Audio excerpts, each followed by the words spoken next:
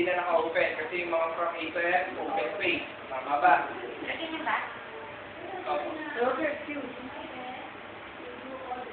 Sorry.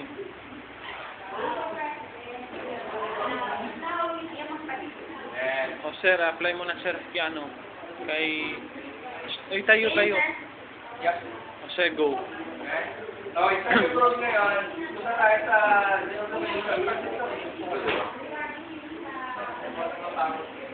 Pag sa dislocation ngayon, ano bang muna pagkakaiba ng dislocation at fracture? Yung fractured na balik. Punta tayo sa dislocation and dislocation is mga joint, mga tuntungan, di ba? Paano ba nangyari sa dislocation? Nalihit. Maliit, di ba? Di ba naman kami nung tuntukan tayo? Oo. Sa ganun, di ba? Di ba? Sa elbow, shoulder, Oo. okay? Pag dislocation ng injury, lalo na sa shoulder area, shoulder joint, all you have to do from the second position, kaya holding ito, sa ilalim ng tigitigil. And then, again yan, focus nila.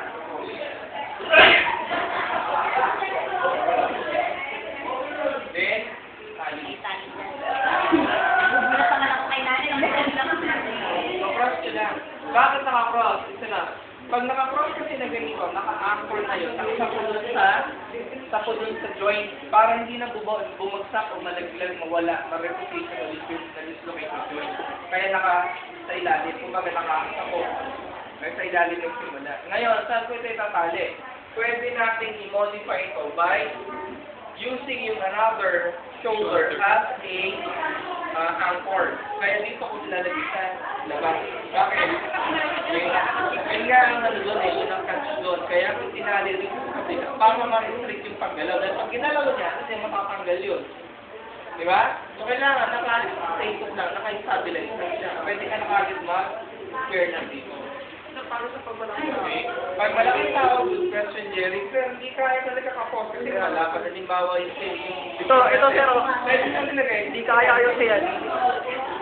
provided na pag nag-click kayo dito, ang pagtali natin, hindi mismo dun sa may kilikili kasi meron tayong artery dyan na pwedeng ma-effect, na may bukol, tapos may nakaisip na gano'n, pwede ma-insure. Kaya dapat ito yung